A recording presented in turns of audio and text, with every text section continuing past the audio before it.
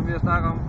Fordelingen hedder 1 kølerod på hælen, 2 her foran på tæerne, og så balancecentrene lige over hinanden.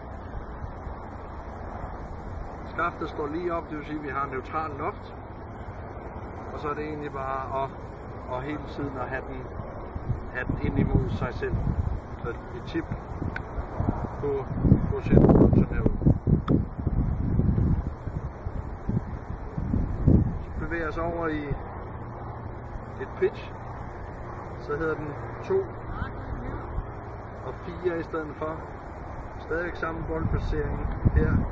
Eneste forskel er, at vi står en lille smule bredere, stadigvæk på skållinjen her mod target. Så er der en lille smule skaft, der læner sig ind i slaget. Eller samme udførsel.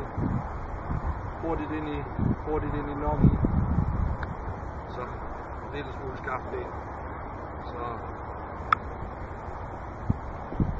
samme jern, men nu når den læner sig lidt mere ind i slaget, så får vi et længere slag.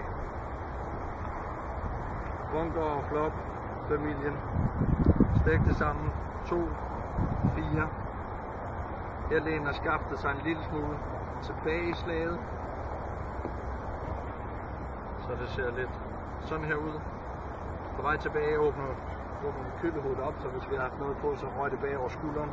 Så hurtigt ind i lommen og bare lade den samles op på den her måde her. Så rundt og rundt. Og rampen med tilført loft.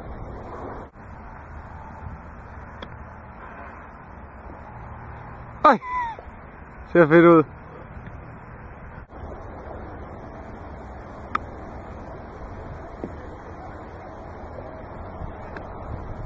Tre variationer af wedge, hvor vi enten rammer den med almindelig loft, klemmer den en lille smule eller har tilført loft. 3, 2, 1, go!